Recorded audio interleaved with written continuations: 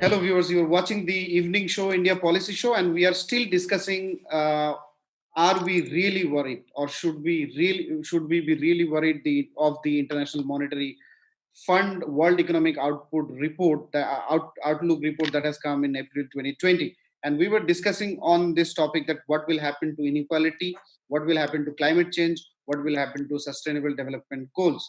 And Professor Kundu and Dr. Sharif, Professor Sahu, they were all in agreement with the fact, and Professor Aldaya, that this downtrodden or down of the economic growth and GDP is certainly going to have severe impact, and there is no clear-cut indication of where are we heading to find solutions of this problem. I want to come to a very important question now here.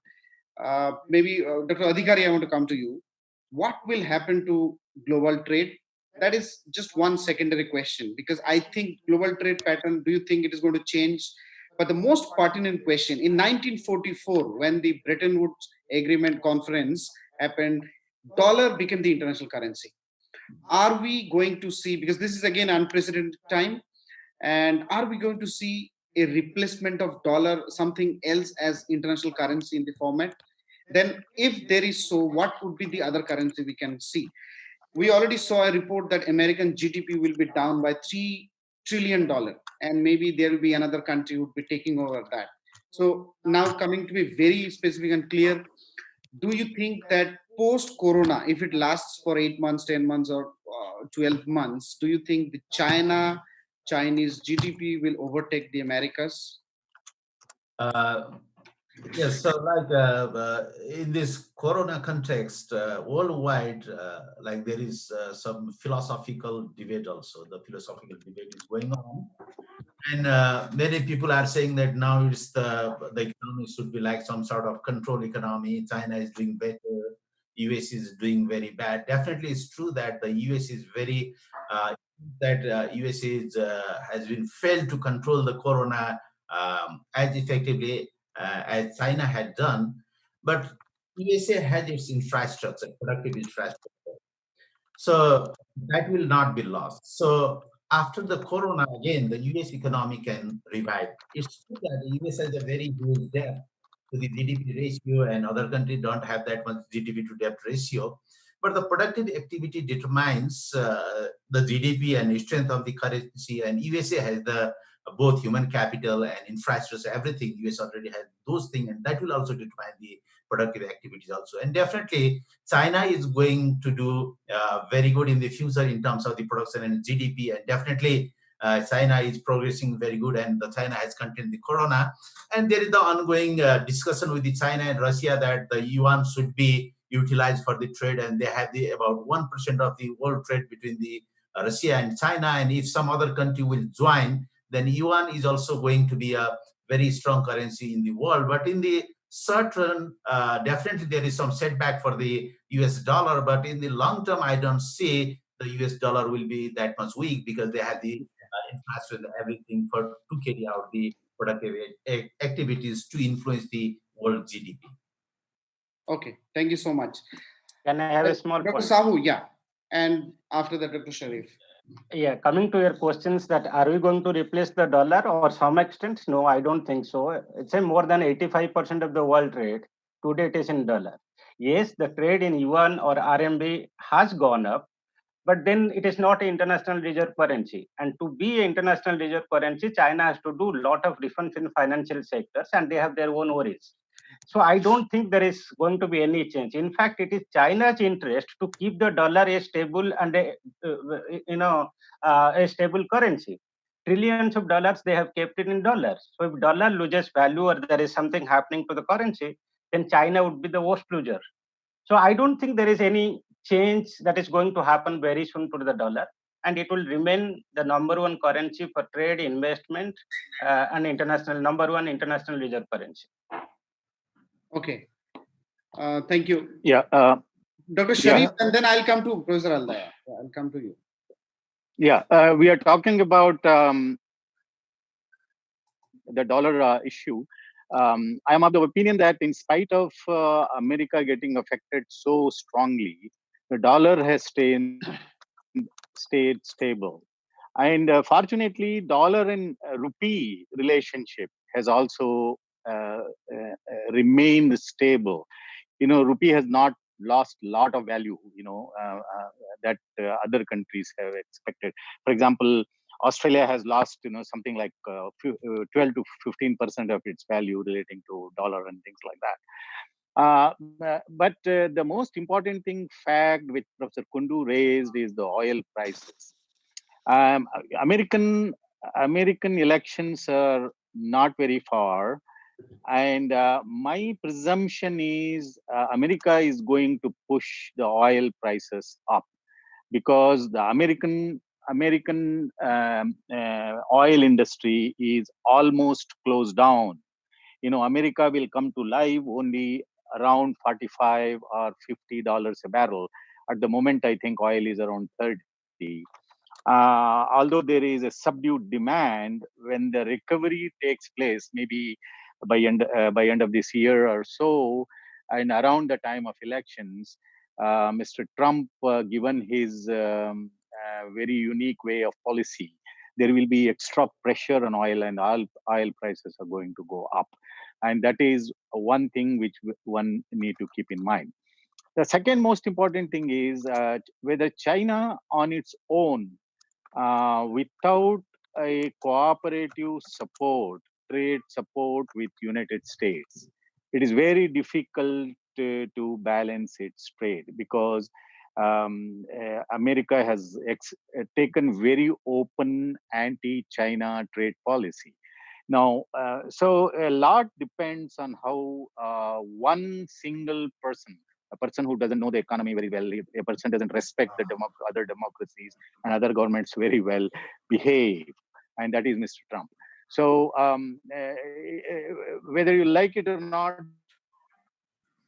some in the history we know that individuals have influenced the world welfare. I hope a better policy, a better advice prevail on the American side. But the loser in this whole thing will be Europe. Europe was already for last 10 years was going down and down. I think it is very difficult for Italy, for Spain, for uh, Germany probably is an exception, for UK to show up. So that is where the growth momentum is going to sink because of the European development issues. Thank you. Dr. Muhammad Abu Zaid has been with us, coming and going. I think he has international. I'll come to Dr. Aldaya. Any comment from the ASEAN perspective? Because ASEAN, for the first time, I think after long years, ASEAN would be expecting a negative growth, especially. So, yeah, Dr. Abu Zaid. Good evening again. Sorry for the interruption that's happened just now. In fact, it's good news for Asia compared to the other region in the world. In general, most of the countries in the Asia, the results of it is much better compared to the other countries in the world. Let's say if we are talking about India, if we are talking about the China and those countries that's related to the India and China, they maintaining in a way that's the situation of the economic. They are not really harmed that bad compared, of course, to the lockdown, compared to the reports that's issued yesterday, but we still don't know what is ongoing. So far, in Malaysia here, they are trying to working together with the ASEANs. They're proposing recovery plan to work together with the ASEAN countries. The Prime Minister here, he already introduced that yesterday in the summit for the ASEANs. That will be a good step to mitigating and to work with the after the pandemic, as we are planning for the post pandemic. Now about the situation in, let's say, in Malaysia. So far until now, the government performing very well. In fact, they stimulating the funds of 250 billion ringgit Malaysian. It's about like 640 billion USD.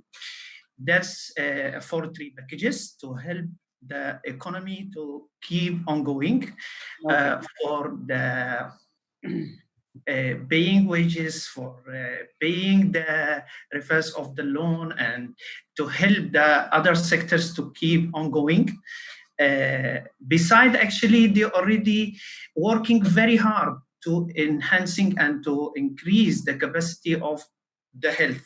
Likewise in Singapore, actually. But the case here actually is in Singapore, they ease a lockdown a little. Okay. I think again there is a bit of internal connection with you, Dr. Abu Zaid. I want to come to Professor Kundu, and then we have four important economists, Dr. Adhikari, Abu Saleh Sharif, and then Dr. Sahu. There are a lot of different countries are taking different measures. There's no doubt in that fact, and all are active and all are trying to help the business class, the common people, and all. One important, what are the additional measures that country can take? Because I don't want to repeat the same measures the governments are taking. What are the additional things that governments can do, which can provide not only relief to every strata and every individual or stakeholder of the country, but also the economy comes back on fast track? So, can I? Yeah, Dr. Sharif. Come in? Yeah. Okay. Abu Saleh Sharif take over, and then I'll yeah. back. Sharif, go ahead. Yeah. Look, the policy response, by and large, the IMF report itself has said into 4 areas. That is the fiscal policy, tax policy, social policy, and regulatory policy. Now, let me very quickly analyze this for the case of India. What has India done in last, say, 3 to 6 weeks? Is there a fiscal policy response? I'm afraid none. Is there a tax policy response? I'm afraid nothing. Is there a regulatory policy response? I think none. So it appears that the policy response, at least in case of India, maybe it is premature, or maybe it is not well understood. Okay. Because the fiscal policy should have, for example, the 500 rupees to be given to one poor family is not a great inducement to create demand in the. So I think India, in many respects, had failed. The social policy, for example, the migrant labor. Professor Kundu said that agriculture will take care of it. But who is going to reap Rabi crop? All our labor is locked down in cities. They are not there. There is nobody. A report came from Bangalore. The milk people are just going and putting 1 liter of milk in every household doorstep without any money, because they can't afford to sell them. And keeping the animal health in mind, they have to get the milk out of the animal, and they are just supplying that. And the report is vegetables, fruits are dumped in trucks, and in a lot of material is being dumped because there is no way that can be transported. So agriculture is the one which can create hunger in our country in about 3 months from now. Excellent. Professor Kundu, and then Dr. Alday, I'll come to you. Professor Kundu, and then Dr. Sahu, I'll come. Akram, I believe that 1.7 lakh crore of money which has been put forward by the government of India to take care of the poor, vulnerable sections of the population, including the rural poor, is enough for 2 months. It's not adequate if it extends beyond that, but certainly if the benefits reach the targeted sections of the population, it should be in a position to take care of the basic necessities. But I would agree with Professor Sharif that our institutional mechanism is such that we are not able to reach the poorest section. On the one hand, we are saying the best thing to do, the greatest patriotism, is to stay within the household, within the frame of the house. On the other hand, you say take care of the poor.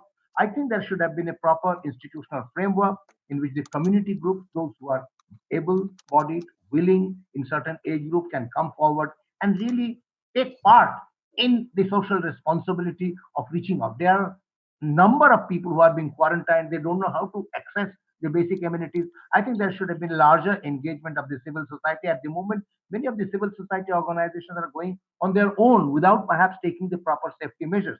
This should have been institutionalized. RBI has also taken measures to, help the small scale industries, but unfortunately, the moment it opens up, the large scale industries will start production with the capacity utilization of 80 to 90%.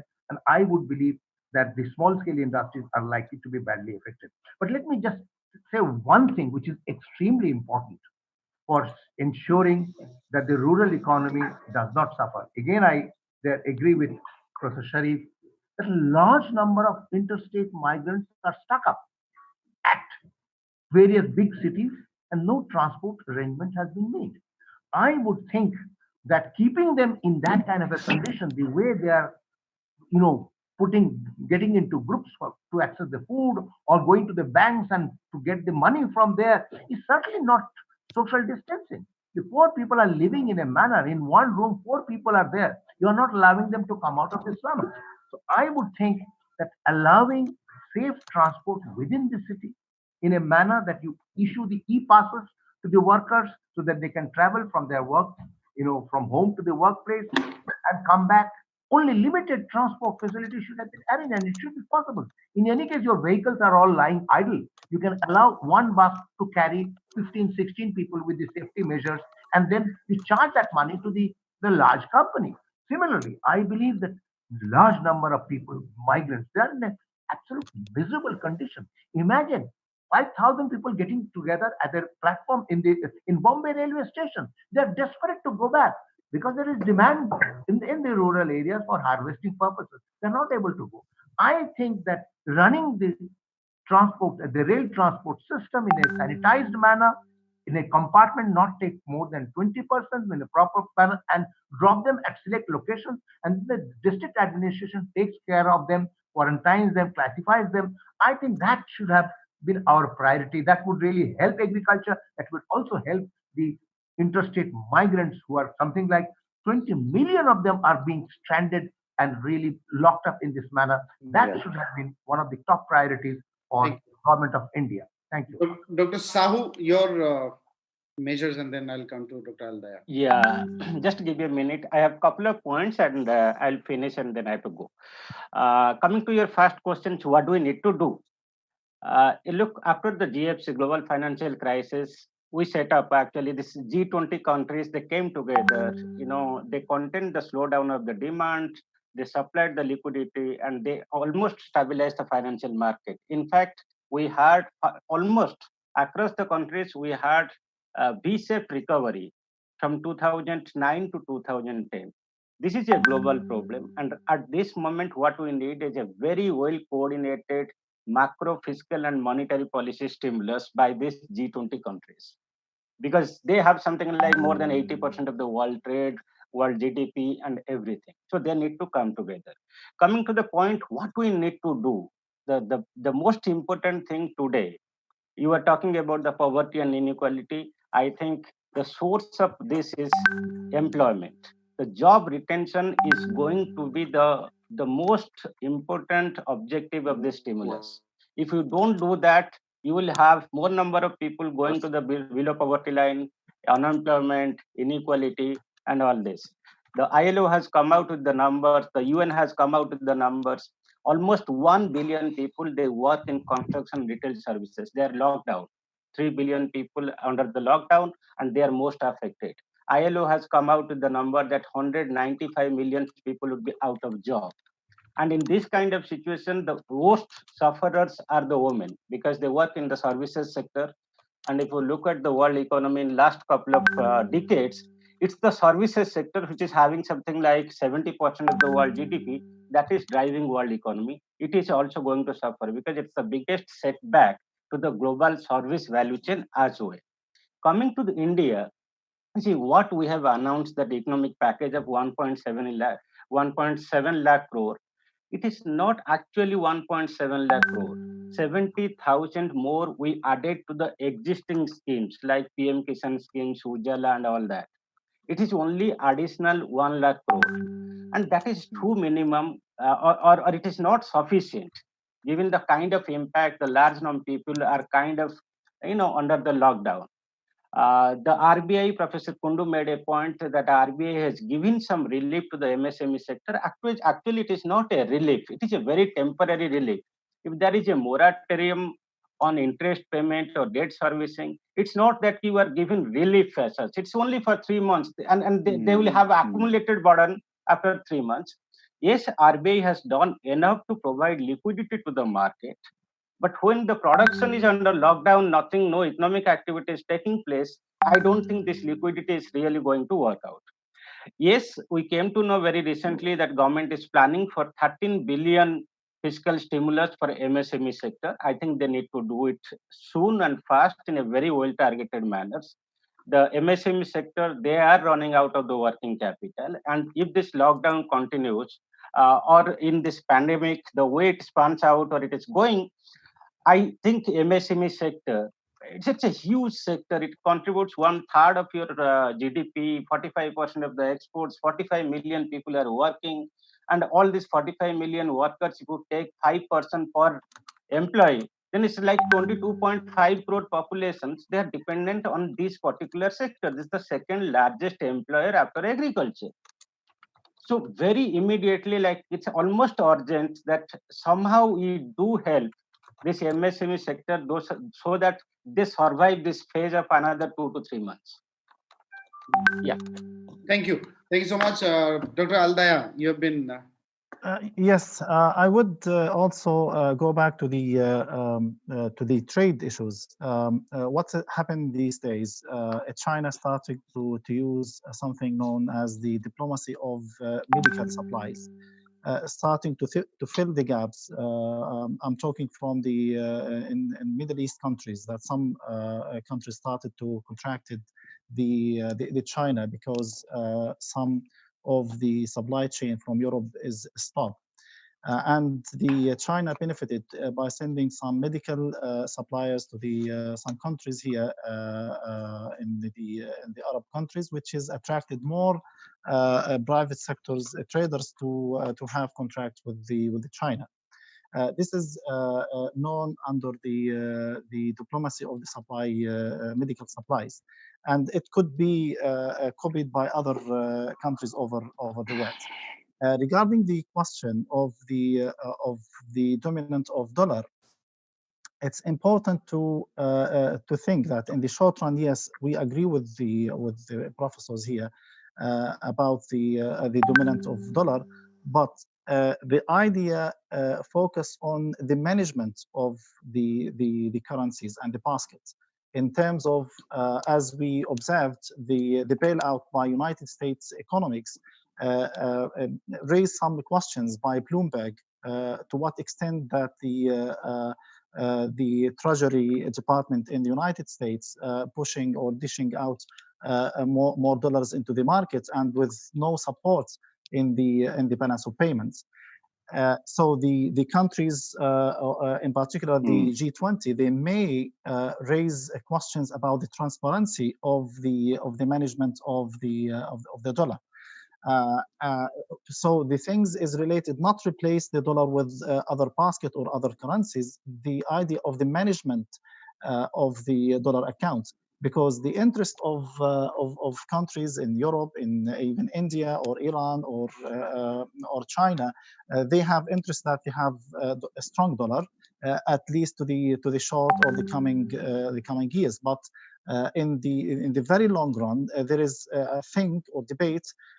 There is infinite number of dollars in the markets, which also should be put by IMF and other international institutions. So impose some, let's say, regulations to ensure that this is proper managed.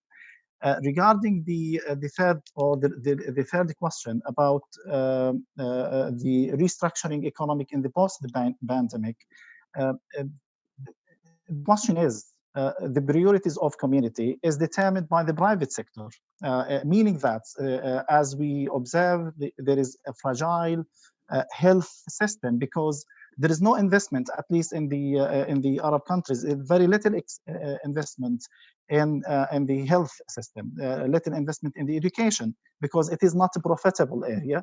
In this way, the thing should the policies in the government to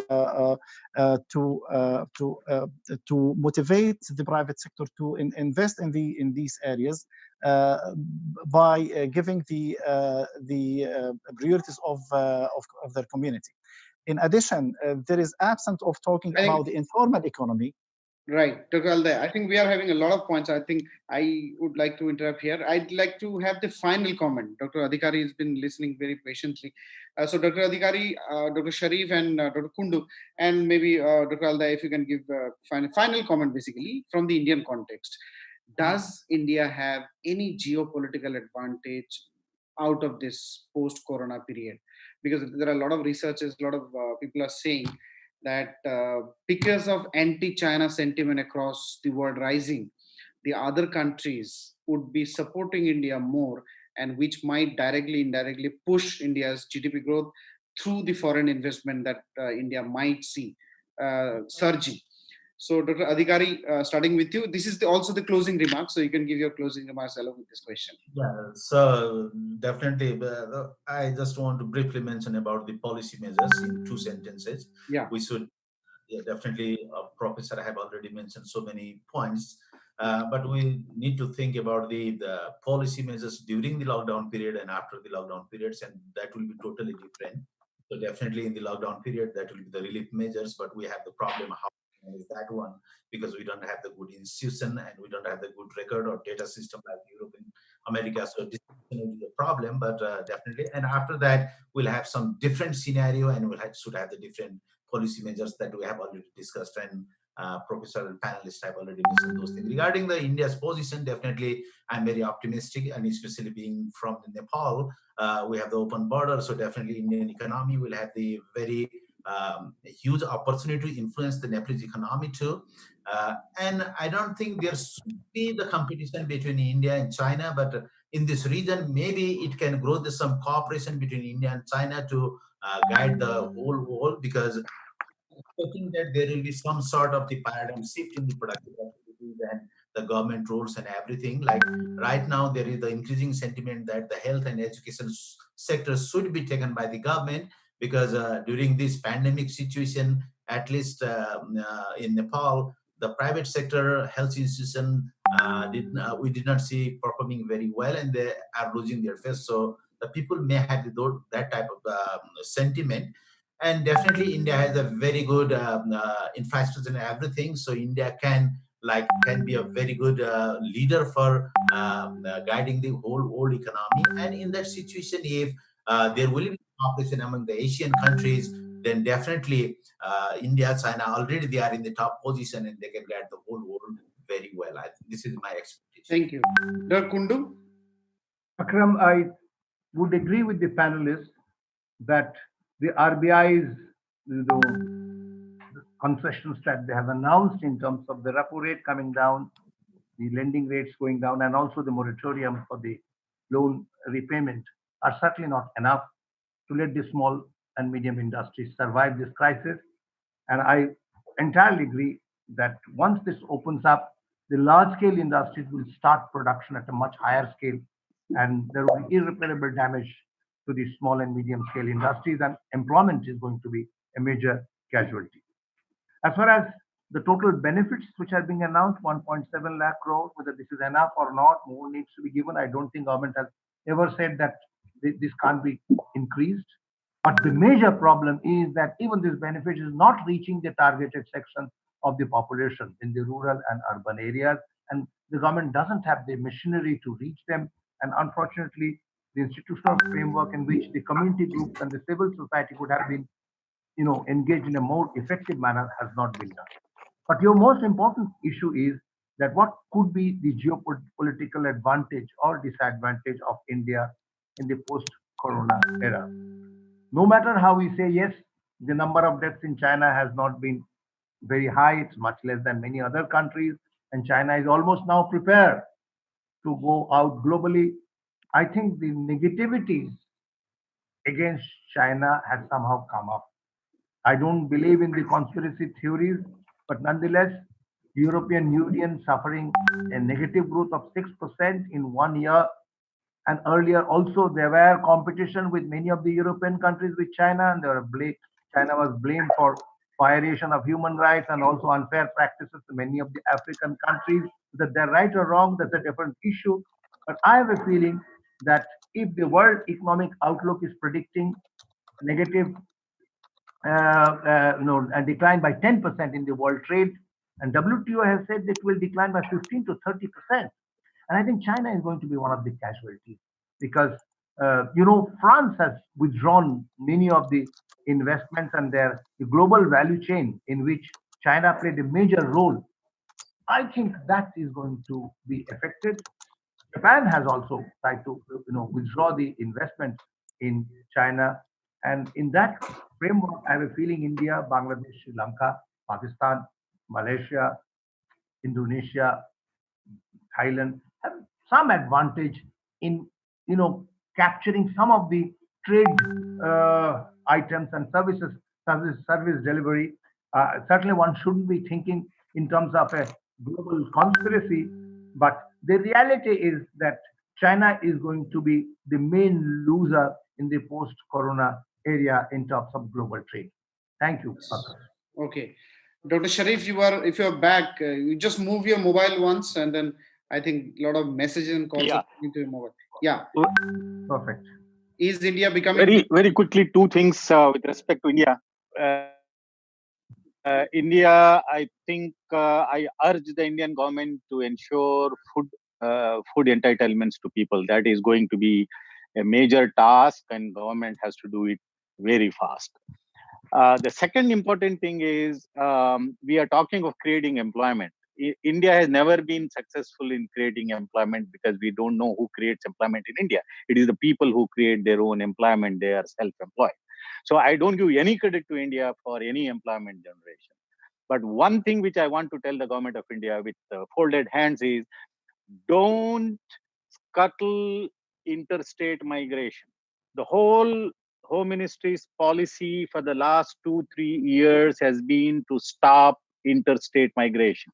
Now, interstate migration has two major effects. One thing is it push up the growth rates. It provides labor and employment where it is needed.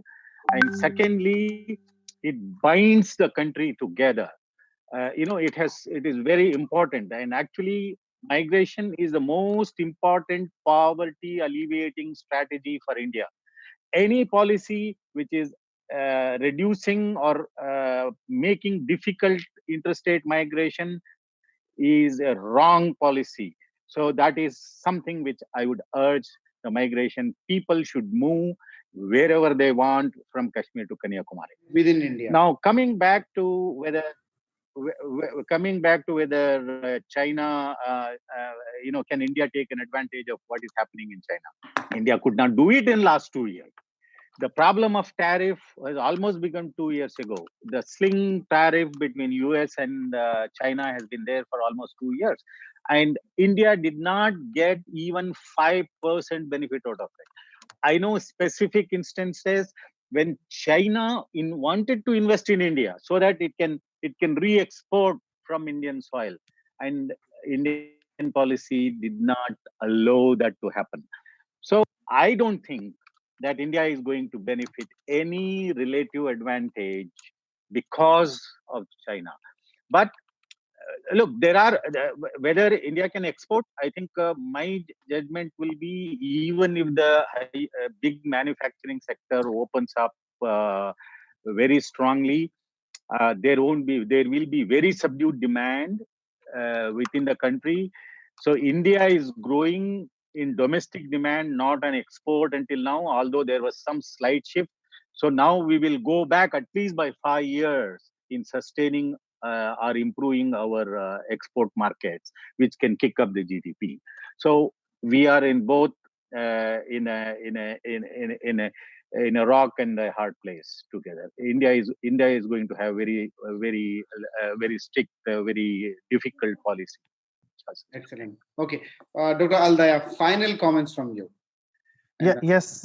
If we talk about the presence of India in the Middle East and Arab countries, I would recommend by the policymakers and economic policymakers in India, the issues is not related only in the economy. It's much related to the culture issues. I mean, more connections with the culture of Arabs and Middle East. The diplomacy also, it's supporting the economy, which is already being taken by China. China started to have these connections and these measures on the ground. It's more cooperatives between these nations is important also. At the Middle East level, in particular Arab countries, the Saudis started to help their neighbors, in particular the Jordan, Egypt, Syria, etc., which is also helping to release the impact of COVID-19.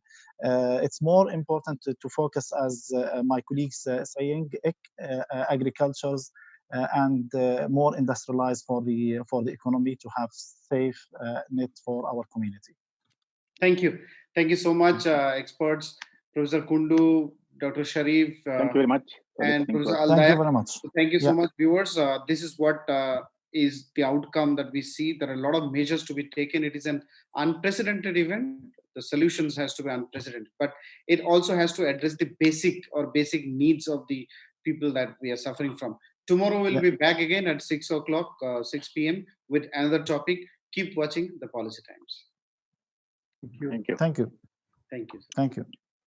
Professor Aldaya, can you stay back? I just want to speak to you a couple of things. Yes. Okay, so thank you so much for, Dr. Sharif sir, you are also there. So now we are offline. We are not online. Okay, gone.